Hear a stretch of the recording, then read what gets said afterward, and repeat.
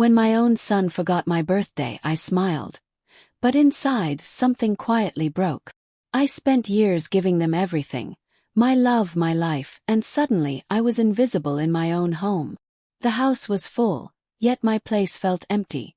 And I finally realized where I truly stood. I thought love meant sacrifice. Until I learned it shouldn't cost your own dignity. Sometimes the hardest heartbreak comes not from strangers, but from the ones who call you family. I wasn't replaced. I was moved, quietly, slowly, and without warning. I did not cry when they forgot my birthday. That is the strange part. I did not shout, I did not complain, I did not remind anyone. I just sat there quietly on the edge of the sofa, holding my cup of tea as it went cold in my hands. It was my birthday, and the house was silent. I remember looking at the clock on the wall. The ticking felt louder than usual, like it was counting something more than time. Every second felt like a question. Every minute felt like an answer I did not want to hear. I told myself it was still early. Maybe they were planning something. Maybe Saad would come out of the bedroom with a smile. Maybe Sana would walk into the kitchen with a small cake. But the morning passed. The afternoon came. And nothing happened. I stayed busy on purpose. I washed dishes that were already cleaned. I wiped the kitchen counter again and again. I folded the same clothes twice. Not because they needed folding, but because my hands needed something to do. When your heart feels heavy, you try to keep your hands light. I told myself birthdays are for children. I told myself I'm old enough not to care. I told myself I should not expect anything.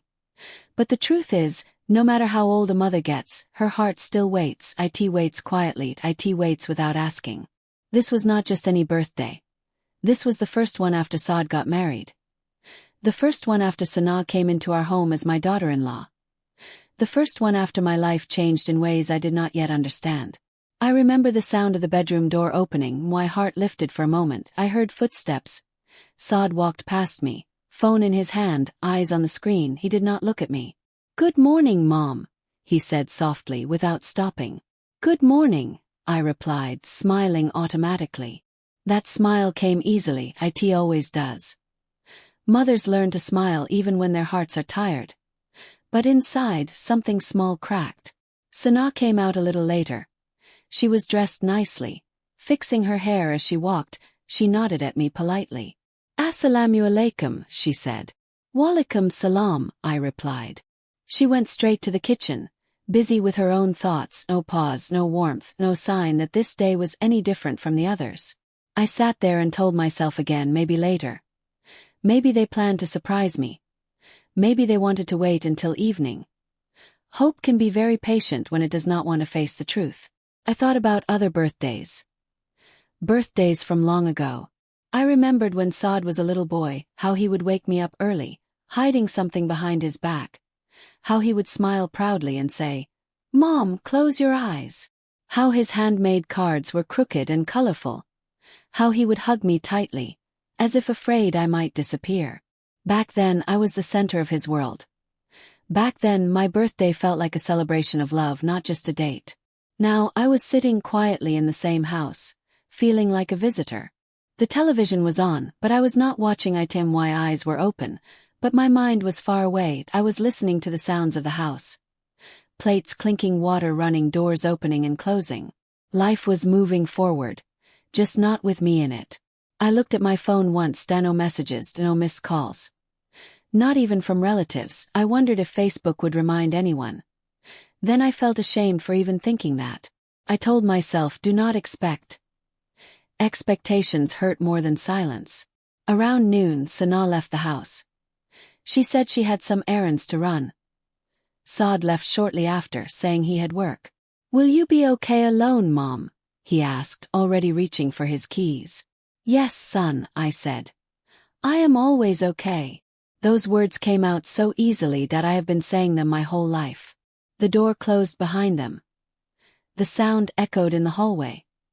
That echo stayed with me longer than it should have.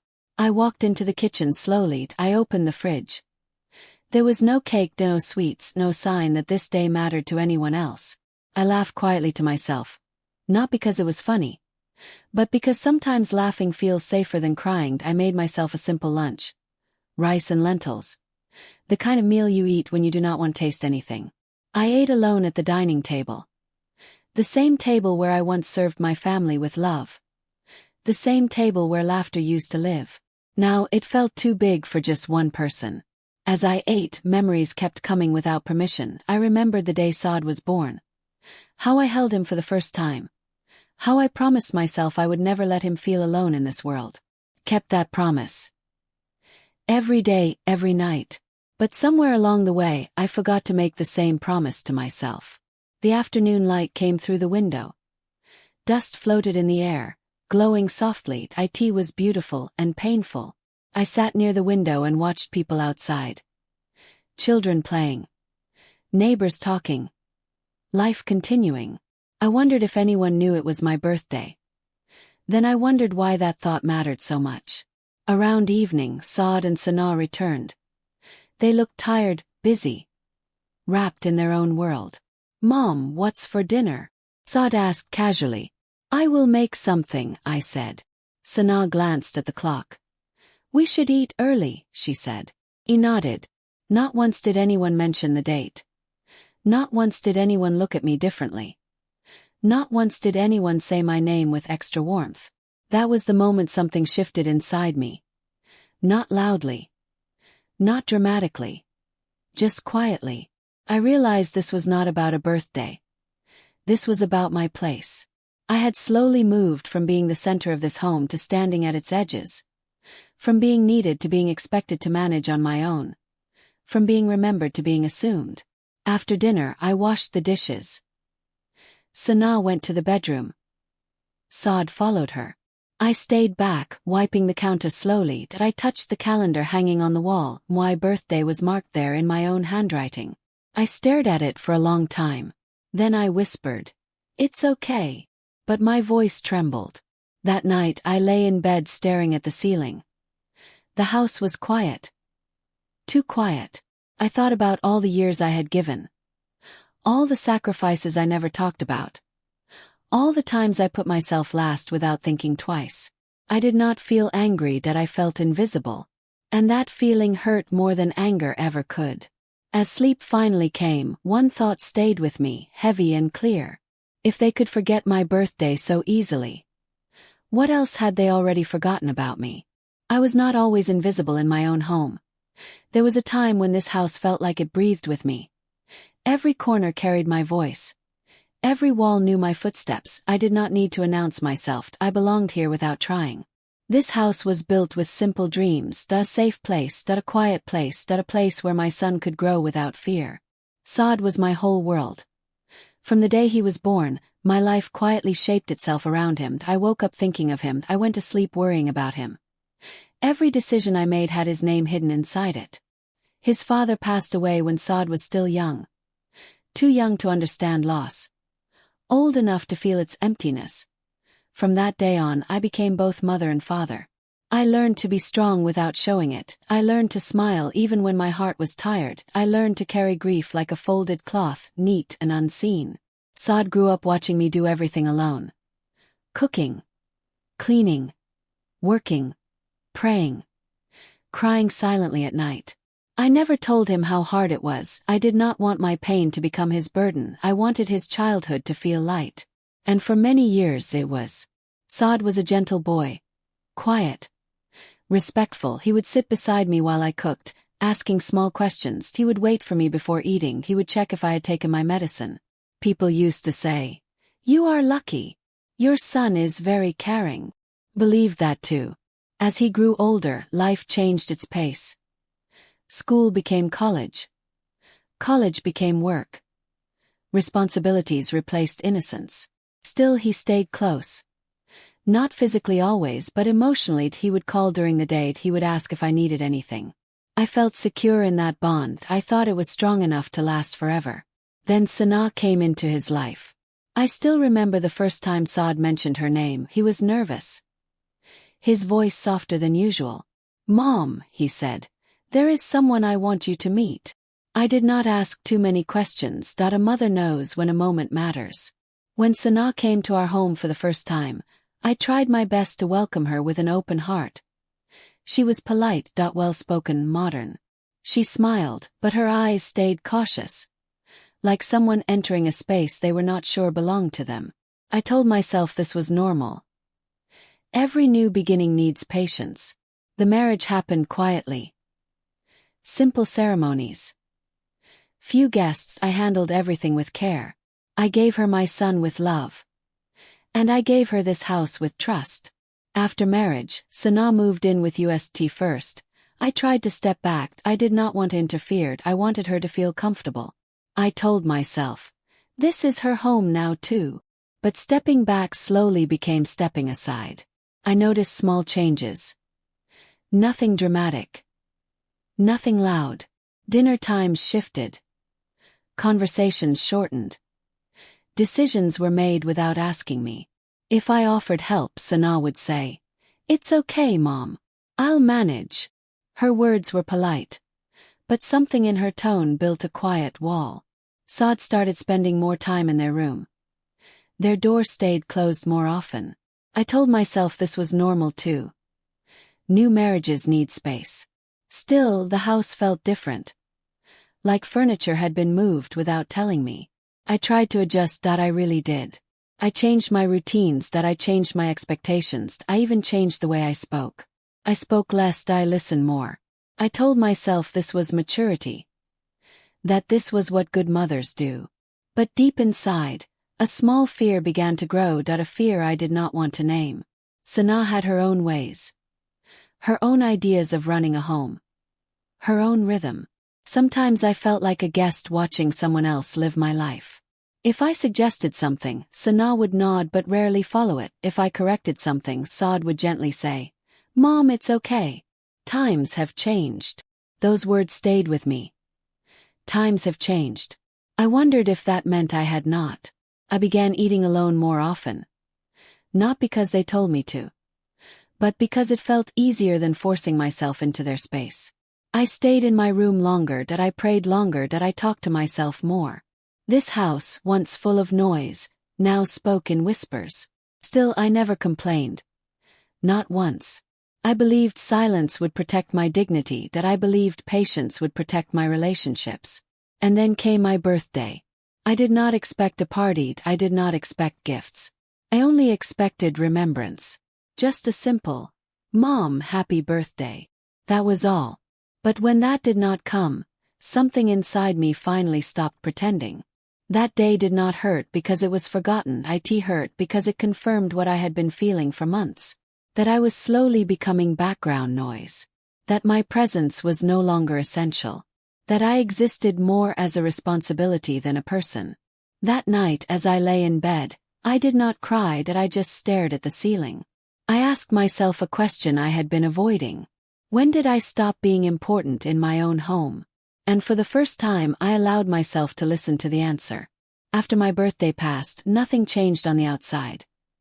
The house looked the same. The rooms stayed where they were. The walls did not move. But inside me something had shifted. I started noticing things I had ignored before. Small things. Quiet things. Like how Sana no longer asked me what to cook. She planned meals on her own. If I cooked something, it was eaten politely, but without warmth. "Thank you, Mom," she would say, her voice kind but distant. Saad noticed nothing. Or maybe he noticed and chose not to see. He came home tired most days. Work had taken over his life. Or maybe marriage had. He would eat quickly. Check his phone. Then disappear into their room with Sana. I told myself, this is normal. But my heart did not agree. I stopped offering advice. I stopped correcting small things. I stopped reminding them of traditions. Not because I did not care. But because every time I spoke, I felt like I was stepping into a place where I was no longer invited. Once I suggested we all eat together like before. Just once. Saad looked uncomfortable. Sana smiled lightly. "Yes, Mom, we will," Sana said. But we never did. Days passed like that. Quiet. Heavy. Sometimes I would hear them laughing in their room. Not loud laughter. Soft laughter. Private laughter. I would pause in the hallway without realizing it. Just listening. Not because I wanted to intrude. But because I missed being part of that sound. One afternoon, Sana rearranged the kitchen. She moved things without telling me. I opened a drawer and froze. Nothing was where it used to be. I felt silly for feeling hurt. But that kitchen had been my space for years, and why comfort and why control? Now even that felt unfamiliar. When I asked her gently, she said, "Mom, this way is more modern. It's easier." I nodded that I always nodded. I stopped feeling like the owner of this house. I started feeling like someone who needed permission. Another day, I heard Saad and Sanaa discussing something important. I did not know what it was about. That night, as I lay in bed, I did not cry, that I just stared at the ceiling. I asked myself a question I had been avoiding. When did I stop being important in my own home? And for the first time, I allowed myself to listen to the answer. After my birthday passed, nothing changed on the outside. The house looked the same. The rooms stayed where they were. The walls did not move. But inside me, something had shifted. I started noticing things I had ignored before. Small things. Quiet things. Like how Sanaa no longer asked me what to cook. She planned meals on her own. If I cooked something, it was eaten politely, but without warmth. "Thank you, Mom," she would say, her voice kind but distant. Saad noticed nothing. Or maybe he noticed and chose not to see. He came home tired most days. Work had taken over his life. Or maybe marriage had. He would eat quickly, check his phone, then disappear into their room with Sanaa. I told myself, this is normal. But my heart did not agree. I stopped offering advice. I stopped correcting small things. I stopped reminding them of traditions. Not because I did not care, but because every time I spoke, I felt like I was stepping into a place where I was no longer invited. Once I suggested we all eat together like before. Just once. Saad looked uncomfortable. Sanaa smiled lightly. "Yes, Mom, we will," Sanaa said. But we never did. Days passed like that. Quiet, heavy. Sometimes I would hear them laughing in their room. Not loud laughter. Soft laughter. Private laughter. I would pause in the hallway without realizing it. Just listening. Not because I wanted to intrude, but because I missed being part of that sound. One afternoon, Sanaa rearranged the kitchen. She moved things without telling me. I opened a drawer and froze. Nothing was where it used to be. I felt silly for feeling hurt. But that kitchen had been my space for years, and why comfort and why control? Now even that felt unfamiliar. When I asked her gently, she said, "Mom, this way is more modern. It's easier." I nodded that I always nodded. I stopped feeling like the owner of this house. I started feeling like someone who needed permission. Another day, I heard Saad and Sanaa discussing something important. I did not know what it was about. Later, I asked Saad carefully, "Son, is everything okay?" "Yes, Mom," he replied quickly. "We're just planning a few things." Planning without me. That sentence echoed in my heart. I remembered a time when Saad shared everything with me.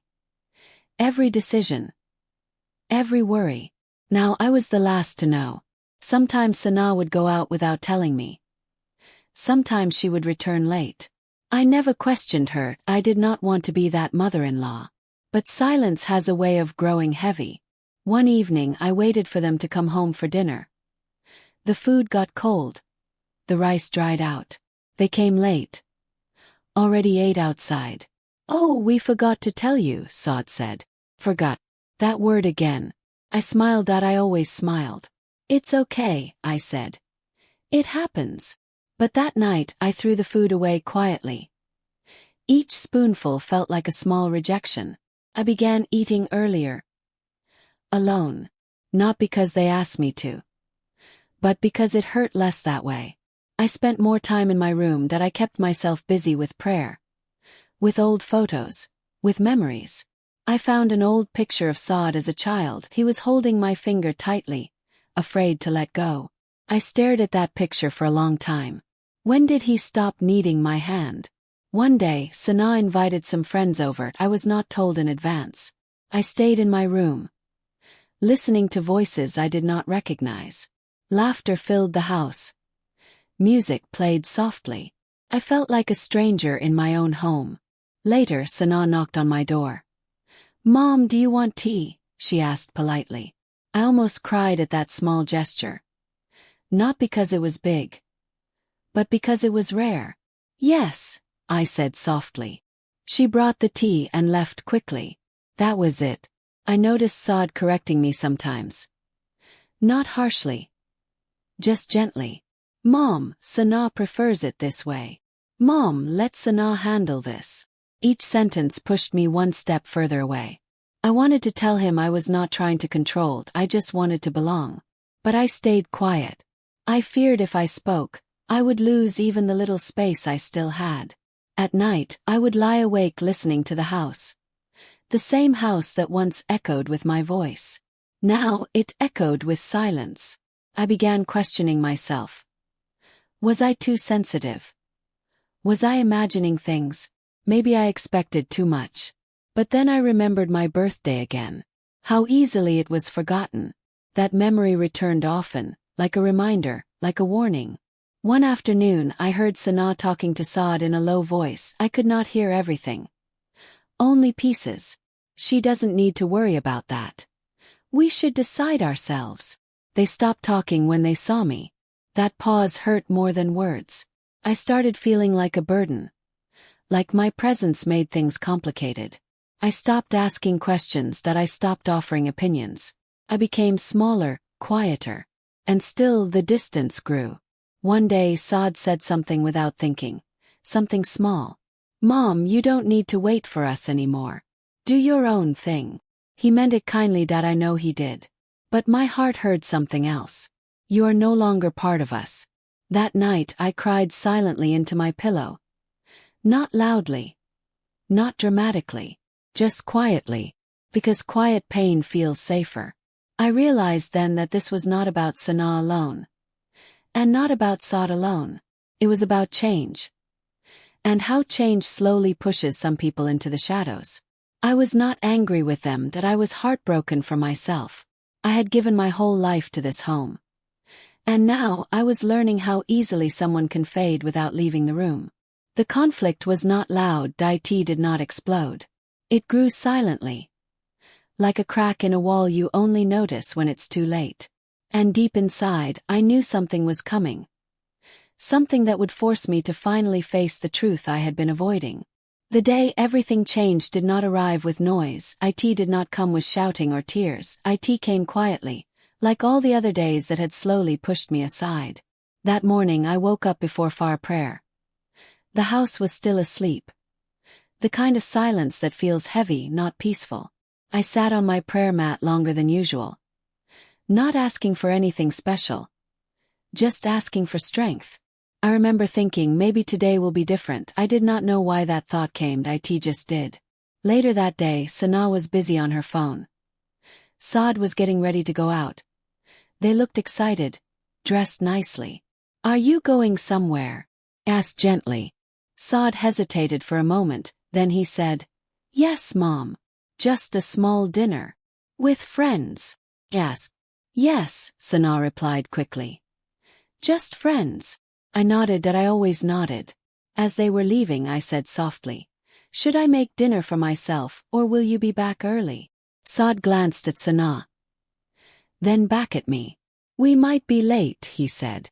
That was all. The door closed behind them. I stood there for a long time, staring at the empty hallway. Something inside me felt uneasy, like a quiet warning. I went into the kitchen and made myself tea. I sat near the window again. The same place where I often sat alone. Hours passed. The sky outside grew darker. Lights came on in other houses. I watched families gather. My phone buzzed once. A message from a distant relative. Belated happy birthday, it said. Belated. I smiled sadly. Then another message came. This one from my sister. Did Saad do something special for you? My fingers froze over the screen. I did not reply. Something inside me finally accepted what my heart had known for a long time. Late that night Saad and Sana returned. They were laughing quietly. Happy. Relaxed. They did not notice me at first. I was sitting in the living room waiting. Not because I needed anything, but because something inside me needed answers. Saad stopped when he saw me. "Oh, Mom, you're still awake." "Yes," I said softly. Sana avoided my eyes. There was a small pause. The kind that feels louder than words.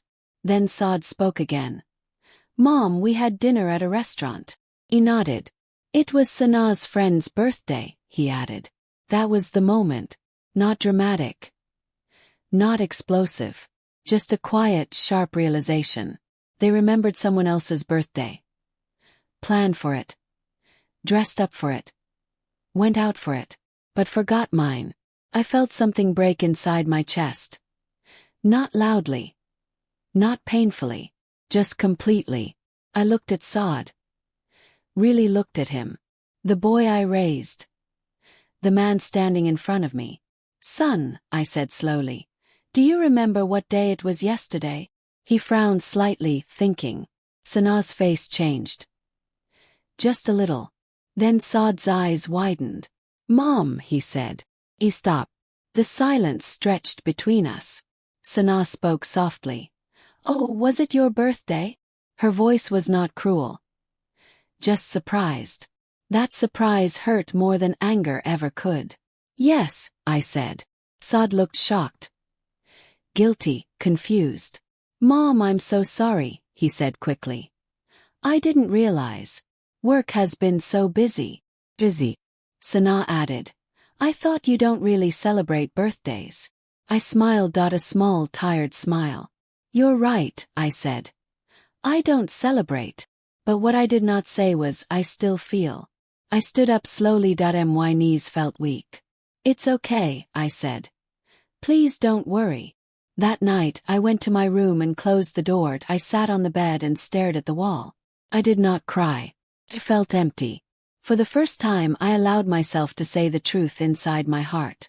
I am no longer important in their lives. This was not just about Sana. And not just about Saad. It was about how easily I had been replaced. Not as a mother, but as a priority.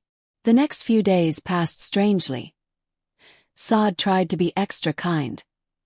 Sana tried to be polite. But something had already changed. I stopped pretending. Not outwardly, but inside. I stopped hoping. One afternoon, Sana said something casually. "Mom, my parents are visiting next week. We'll need your room." My heart skipped. "My room?" I asked quietly. "Yes," she said. "They'll be more comfortable there." Saad did not say anything. That silence told me everything. I realized then that my place in this house was no longer fixed. It was adjustable. Temporary. That night I packed a small bag. Not to leave forever. Just to stay with my sister for a few days. When Saad saw the bag, he looked confused. "Mom, where are you going?" "I need some rest," I said. Sana looked relieved. She tried to hide it. But I saw it. As I walked out of the house, I did not feel angry. That I felt clear. Clear about where I stood. That forgotten birthday had finally shown me the truth I had been avoiding. Sometimes pain does not come to hurt you. It comes to wake you up. And that day I finally woke up. When I reached my sister's house that night, I did not explain much. I just said I needed rest. She looked at my face and understood more than I said. Some pain does not need words. It sits quietly in the eyes.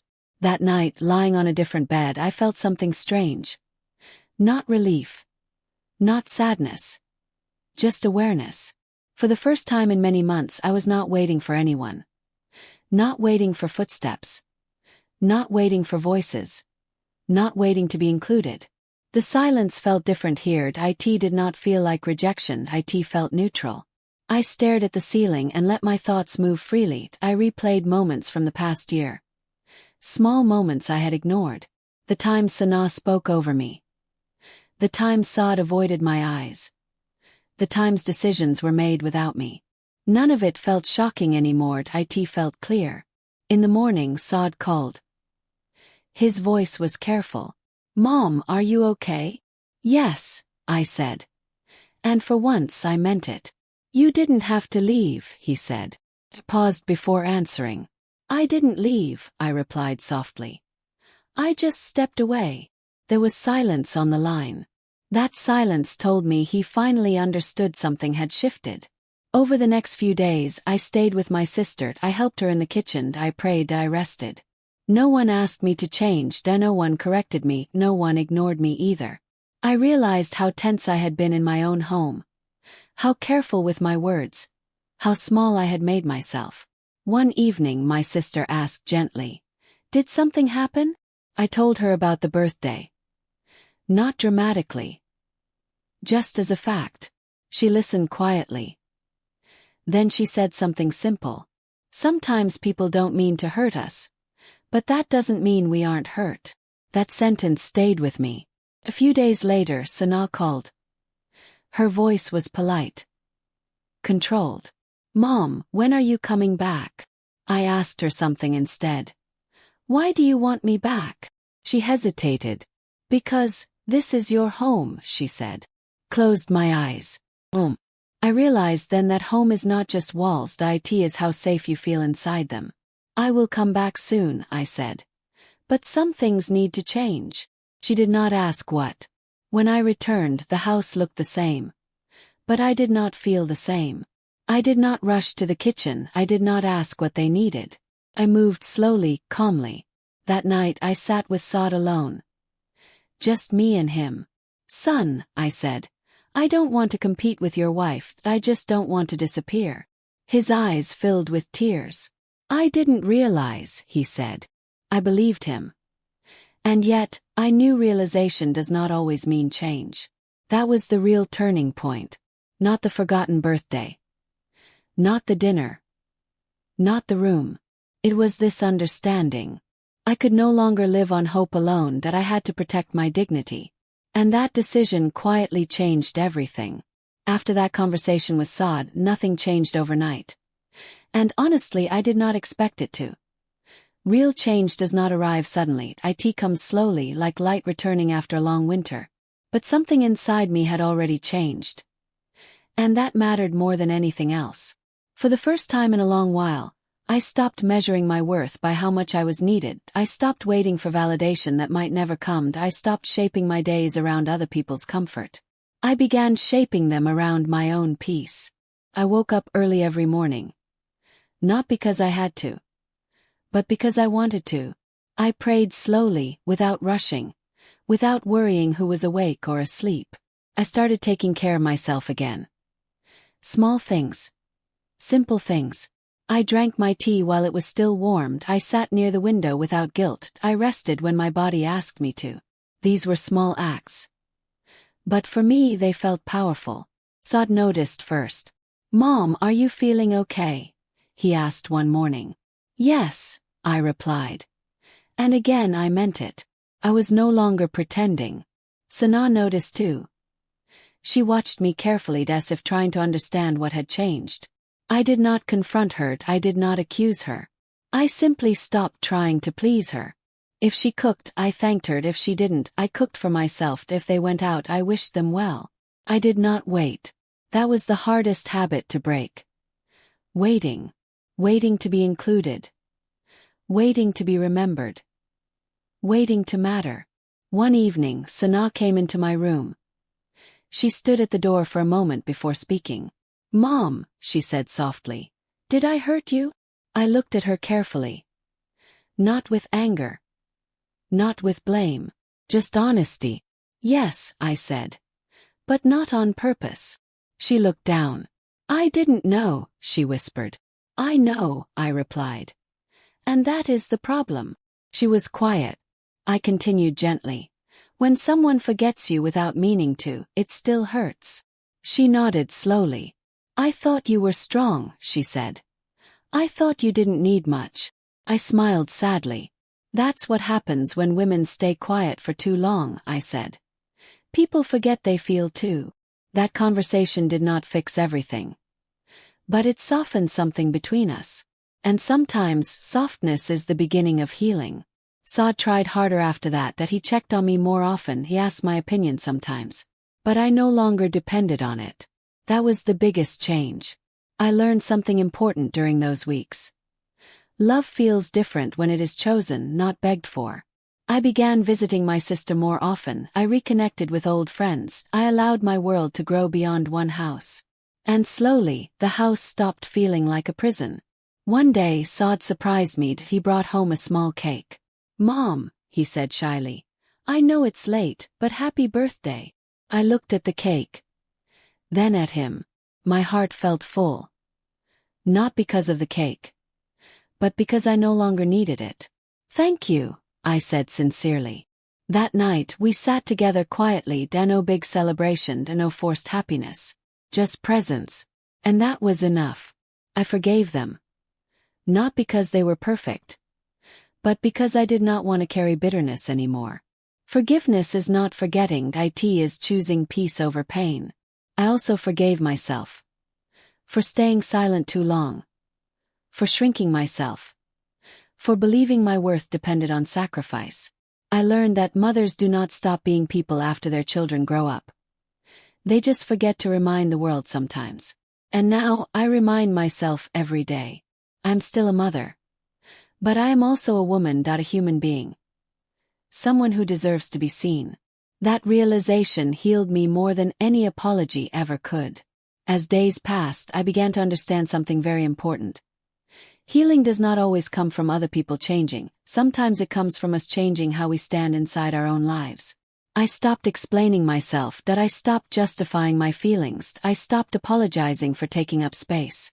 If I was tired, I rested. If I was quiet, I allowed the quiet. If I wanted to speak, I spoke calmly. This was new for me. And it felt strange at first. For many years, I had lived like a shadow, present, but unnoticed. Useful but unseen. Now, I was learning how to be present without disappearing. One afternoon, Sana asked me if I could help her with something in the kitchen. Her voice was softer than before. Less guarded. I helped her. Not because I felt obligated, but because I chose to. That difference mattered. As we worked, there was silence between us. Not uncomfortable silence. Just quiet. Then she said, almost to herself, "I didn't realize how lonely you must have felt." I did not answer right away. Loneliness is not something you rush to explain. "Yes," I said finally. "But loneliness teaches you who you are." She nodded slowly. That was the first time I felt she truly saw me. Not as an obstacle. Not as a responsibility. But as a person. Saad also began changing in small ways. He would sit with me sometimes after dinner. He would ask how my day was. Simple questions. But meaningful ones. I noticed something else too, that he looked relieved. As if my new calm had lifted a weight from him. I realized then that when mothers suffer silently, their children feel it, even if they don't understand it. By taking care of myself, I was also freeing him from guilt he did not know how to carry. There were still moments of distance. Still moments of misunderstanding. But they no longer broke me, because I had built something stronger inside myself. One evening I sat alone again near the window. But this time the loneliness felt different. It did not feel emptied, it felt peaceful. I thought about my birthday again. That day that once felt like proof of my invisibility. Now it felt like a turning stone, a moment that pushed me toward truth. Sometimes pain arrives not to punish us, but to wake us up to what we deserve. I understood now that my worth was never tied to being remembered by others, it was tied to how gently I remembered myself. I began celebrating small things on my own, a quiet cup of tea, a walk in the evening, a prayer answered with calm. These were my new celebrations. One night, Saad said something that stayed with me. "Mom," he said softly, "you seem lighter these days." Smiled. "That's because I stopped carrying what was never mine to carry," I replied. He looked thoughtful. And I knew then that my lesson was reaching him too. I did not demand love, I allowed it to grow naturally. I did not force respect, I embodied it. And slowly, the house adjusted to the new version of me. Not the silent giver. Not the invisible mother. But the calm woman who knew her place, and refused to shrink from it. This was my resolution. Not a perfect ending, but an honest one. Peace does not come from everything going right, that it comes from finally standing right within yourself. And that is what I found. As time moved forward, I stopped counting days by what I lost. I started noticing what I gained. I gained my breath back, that I gained my voice back. Most importantly, I gained myself back. The house did not magically become perfect. Sanaa did not suddenly change into someone else. Saad did not turn back into the little boy who once held my finger tightly. And that was okay. Because I was no longer asking life to go backward, I was learning how to walk forward. Gently, honestly, and without fear. Some mornings I still woke up feeling a quiet ache. Healing is not a straight road. Some days are heavier than others. But even on those days I did not feel invisible anymore. Because I had learned how to see myself. I started doing something I had not done in years. I started speaking kindly to myself. When I made a mistake, I did not scold myself. When I felt tired, I did not call myself weak. When I felt lonely, I did not shame myself for it. I treated myself the way I once treated everyone else. With patience. With care. One evening I sat with Sanaa on the balcony. The sky was soft and orange. The kind of sky that feels forgiving. She told me about her fears. About how marriage had scared her. About how she worried she would never be enough. As a wife, as a daughter-in-law. As she spoke, I realized something important. She had not pushed me away because she hated me. She had pushed me away because she did not know how to make space for me. Understanding does not erase pain. But it softens it. I listened without interrupting. The way I once wished someone would listen to me. That night I slept peacefully. Saad also changed in his own quiet way. He started calling me during the day again. Not out of duty, but out of connection. Sometimes we talked about nothing important. Sometimes we sat in silence on the phone. And that was enough. One day, I realized something that made me smile. I had stopped waiting for my birthday to feel special. I had started treating ordinary days with respect. I cooked when I wanted to. I rested when I needed to. I laughed when something felt funny. I did not hide myself anymore. And slowly, others adjusted to that. Not because I demanded it.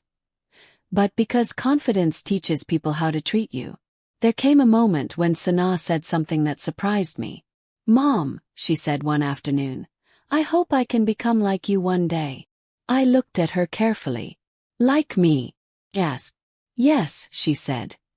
"Strong, quiet, steady." I smiled gently. "Just remember one thing," I said. "Never disappear for love." She nodded. That moment felt like closure. Not because everything was perfect. But because something was understood. I began spending time outside the house more often. Visiting people. Helping where I could. I built a life that did not shrink when others were busy. One morning as I watered the plants in the courtyard, I felt something shift inside me again. But this time it was not pain. It was gratitude. Gratitude for the lessons I never asked for. Gratitude for the strength I did not know I had. I thought about my birthday again. That quiet day. That forgotten moment. And I realized something gently beautiful. That forgotten birthday did not mean I was forgotten as a person. It meant it was time to remember myself. Sometimes life does not shout when it wants to teach you something. It whispers. It whispers through silence, through absence, through small hurts that slowly add up. If you are listening, you learn.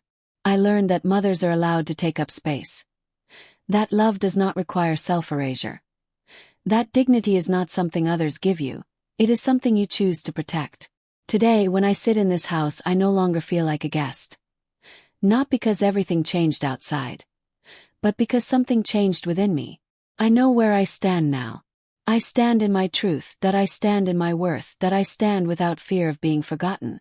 And if there is one thing I would tell any mother listening to my story, it is this. If they forget your birthday, do not forget yourself. If they stop seeing you, learn to see yourself clearly. Because you were never meant to disappear after giving love. You were meant to live, fully, gently, and with respect. This is not a story about blame. It is a story about awakening. And sometimes that is the greatest gift life can give you. As weeks turned into months, I noticed how gently my life had rearranged itself. Not dramatically. Not suddenly. Just quietly, like furniture moved in the dark so no one trips anymore. I learned how to enjoy my own company without feeling lonely. I learned how to sit with silence without feeling rejected. I learned how to listen to my heart without immediately correcting it. These lessons did not come from happiness. They came from honesty. One afternoon, while folding laundry, I found an old birthday card Saad had made for me years ago. The paper was faded. The handwriting uneven. It said, "Mom, thank you for everything. I love you." I held that card for a long time. Not with sadness. With understanding. Love had not disappeared, it had just changed shape. And I had to change with it. I stopped asking myself why things happened the way they did. Instead, I asked myself what I was meant to learn. I learned that love does not always show up the way we expect. I learned that silence does not always mean disrespect. Sometimes it means confusion, sometimes it means fear. And sometimes it simply means people are lost in their own lives. I forgave that. Not because it was easy, but because I deserved peace. I also forgave myself for holding on too tightly to an old version of life. The version where my worth came from sacrifice. The version where I believed being needed was the same as being loved. Now I know better. Love that costs your dignity is too expensive. One evening, Saad sat beside me while I watched the sunset. Neither of us spoke for a long time. Then he said, "Mom, I'm glad you stayed." I smiled gently. "I stayed," I said. "But I didn't disappear." He nodded. That moment did not fix the past. But it honored the present. Sana also changed in her own quiet way. She began asking before deciding. Not always. But sometimes. And sometimes is enough to begin again. We were not perfect. We were real. There were still days when I felt invisible. Healing does not erase old feelings overnight. But now those feelings did not control me, they passed through me. I had learned how to let emotions visit without letting them stay forever. On my next birthday I did something different. I did not wait, I did not hope, I did not hint. I woke up early, I prayed, I made my favorite tea. I wished myself a happy birthday. Later that day, Saad and Sana surprised me with a small cake. Nothing fancy. Just sincere. I smiled. Not because I needed it, but because it was shared. And sharing feels different when you are no longer begging to be seen. That night, as I lay in bed, I thought about all the mothers like me. Mothers who give quietly. Mothers who love deeply. Mothers who slowly fade into the background of their own lives. If my story reaches even one of them, I hope it tells her this. You matter even when no one says it out loud. You exist even when you are not needed. Your worth is not measured by how much you give up. Sometimes the most powerful thing a woman can do is stay, without shrinking. I am still Saad's mother, I am still Sana's mother-in-law. But I am also myself. And that is where I finally stand. Not forgotten. Not invisible. Just quietly whole. And so, I learned the hardest truth. Being forgotten by others does not make you worthless. Being overlooked does not erase the life you have built. Being invisible does not mean you are unseen by the one person who matters most. Yourself. I realize that love is not always about presence. Sometimes love is about boundaries. Sometimes love is about standing tall when no one notices. Sometimes love is about knowing your own value, even when the world forgets to remind you. I looked at Saad and Sana one evening and saw them differently.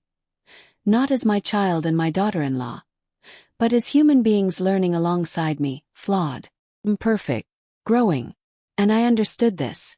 I cannot control their choices, I cannot force them to see me. But I can control how I carry myself. So I chose dignity over despair, I chose strength over silence, I chose peace over longing. From that moment, I stopped shrinking for anyone, I stopped waiting to be acknowledged, I stopped measuring my worth by others' attention. I am a mother. Yes. But I am also a woman, a person with a voice, a person with a story, a person who deserves to stand in the light, quietly, firmly, and unapologetically. And if life ever forgets me again, I will remember myself, that I will honor my own heart, I will celebrate my own existence. Because the greatest truth I learned is this. You do not need anyone to validate your presence. You do not need anyone to remind you that you matter. You do not need anyone to love you in order to see your own worth. And that is where I finally stand. Strong, calm, whole.